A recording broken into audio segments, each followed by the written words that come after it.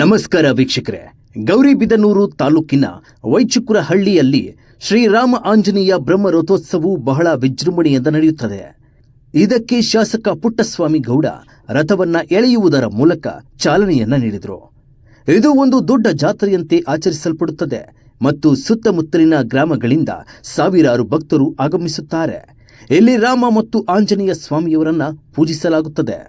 ರಥೋತ್ಸವದ ಅಂಗವಾಗಿ ಕಂಕಣಧಾರಣೆ, ಧ್ವಜಾರೋಹಣ, ಗಜೋತ್ಸವ ಮುಂತಾದ ಧಾರ್ಮಿಕ ಕಾರ್ಯಕ್ರಮಗಳು ನಡೆಯುತ್ತವೆ. ಪ್ರಮುಖ ಆಕರ್ಷಣೆ ಎಂದರೆ ರಥೋತ್ಸವ. ಇದರಲ್ಲಿ ಸುಂದರವಾಗಿ ಅಲಂಕೃತವಾದ ರಥದಲ್ಲಿ ರಾಮ ಮತ್ತು ಆಂಜನೇಯ ದೇವರ ವಿಗ್ರಹಗಳನ್ನು ಮೆರವಣಿಗೆ ಮಾಡಲಾಗುತ್ತದೆ.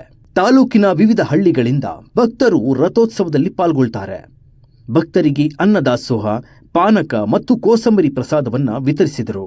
ಈ ರಥೋತ್ಸವವು ಧಾರ್ಮಿಕ ಭಾವನೆ ಮತ್ತು ಸಂಸ್ಕೃತಿಯ ಅನನ್ಯ ಸಂಗಮವಾಗಿದೆ.